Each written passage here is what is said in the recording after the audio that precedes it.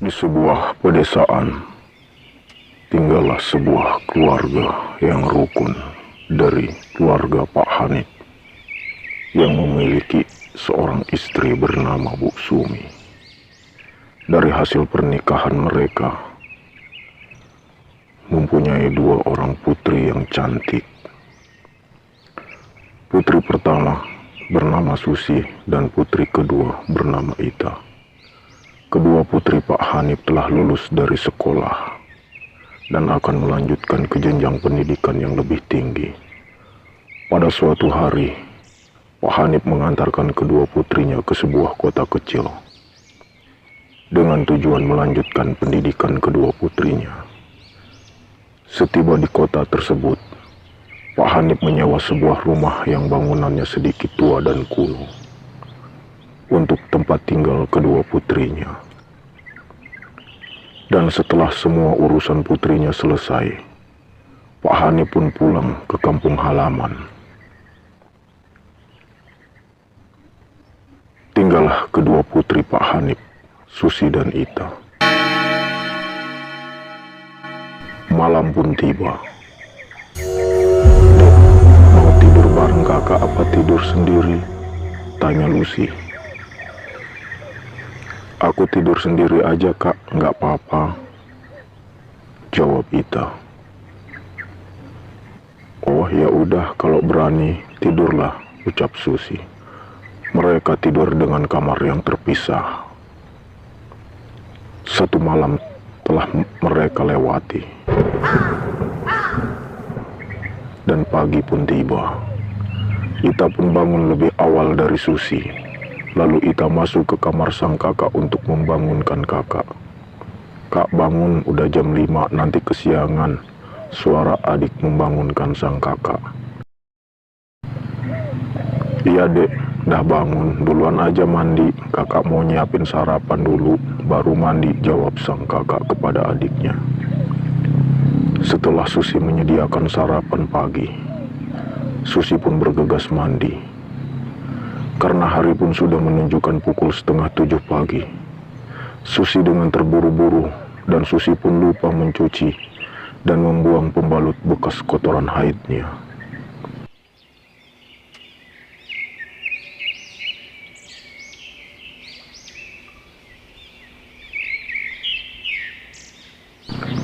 Di pagi yang cerah itu, terlihat 2 orang gadis cantik yang keluar dari sebuah bangunan kuno, berjalan menuju ke sebuah sekolah yang dekat dengan rumah tersebut.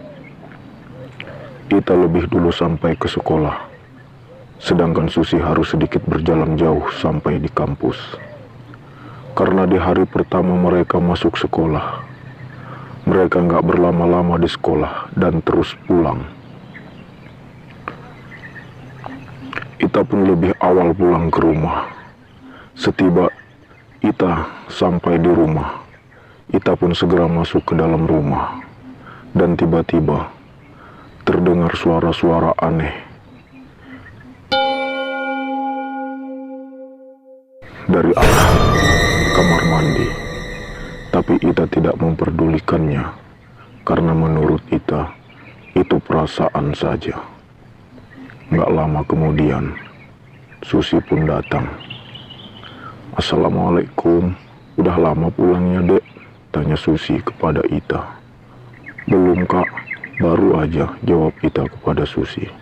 Setiba di dalam rumah, Susi lalu ke kamar mandi, dan dia teringat dengan pembalut yang belum sempat dibuang tadi pagi. Setelah Susi sampai di kamar mandi, ternyata pembalut itu telah raib. Susi lalu berteriak memanggil Ita.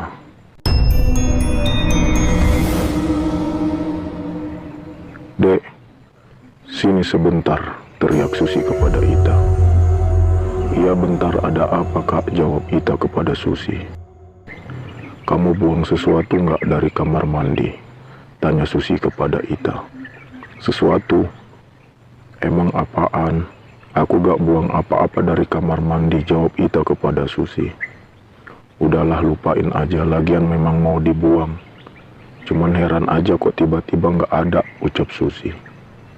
"Emang apa sih kak?" Tanya Ita penuh rasa penasaran. Susi tidak menjawab. Susi pun pergi begitu saja dan meninggalkan adiknya. Lalu Susi masuk ke kamar. Setelah berada di dalam kamar, Susi pun tertidur pulas. Setelah sekian lama Susi tertidur, tiba-tiba Susi dikejutkan dengan suara-suara aneh dan melihat seseorang datang menuju ke arahnya dengan wajah yang sangat mengerikan.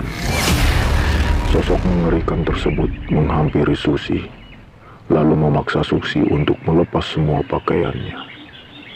Susi sempat menolak dan melakukan perlawanan, namun Susi tidak berhasil.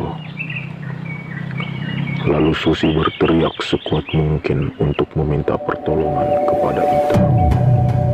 Tapi Ita pun tidak mendengarkan teriakannya. Lalu Susi terbangun dari tidurnya. Ternyata Susi sedang bermimpi. Hari pun hampir gelap.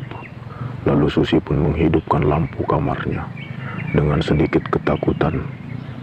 Dan akhirnya Susi pun keluar dari kamar untuk mencari Ita.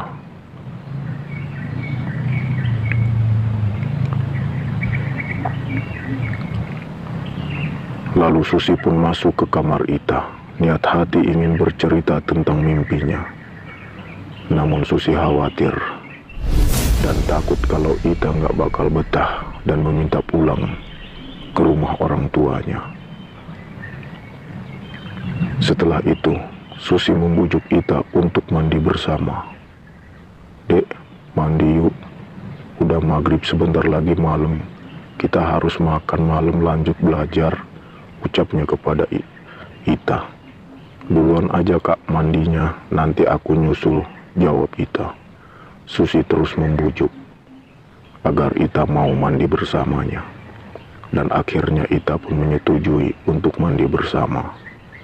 Setelah mereka di dalam kamar mandi, mereka berdua bergegas mandi.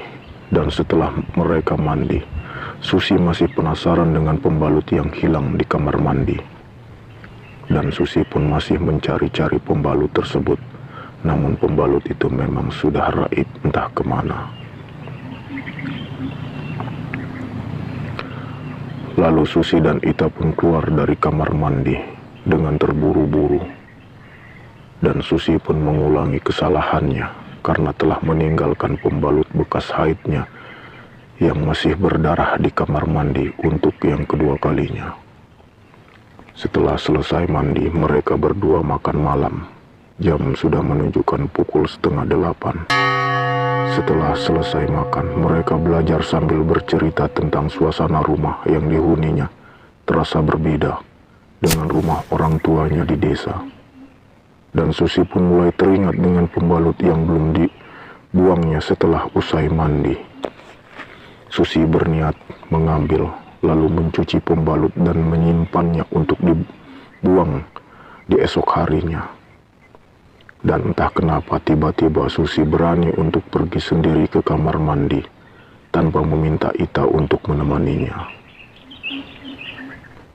Setibanya Susi di pintu kamar mandi, Susi melihat seperti ada sosok seseorang sedang memakan sesuatu. Layaknya sedang terbaring dan memakan sepotong roti. Dan Susi pun sedikit berlari dari pintu kamar mandi menuju ke arah meja makan tempat mereka belajar. Sesampai di meja makan, Ita bertanya kepada Susi, "Kakak habis dari mana kok seperti orang ketakutan?" Tapi Susi tidak menjawabnya. Dan mereka berdua pun terus belajar.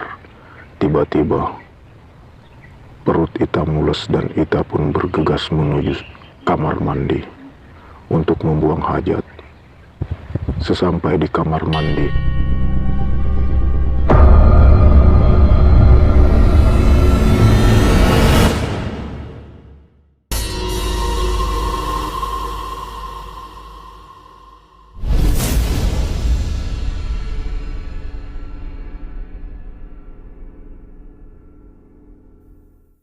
Ita pun lalu membuka celana dan jongkok di sebuah kloset kamar mandi. Tiba-tiba,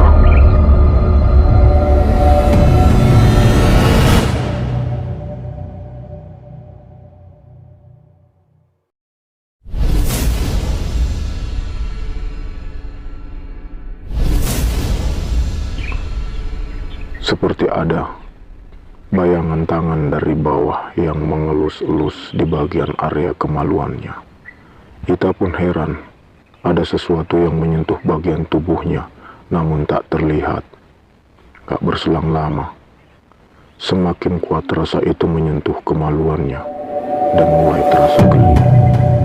Di dalam hati Ita, kenapa ya kok geli seperti ada yang jilatin kemaluanku? Sambil merinding ketakutan, sesekali Ita melihat ke bagian bawah, namun gak ada apa-apa.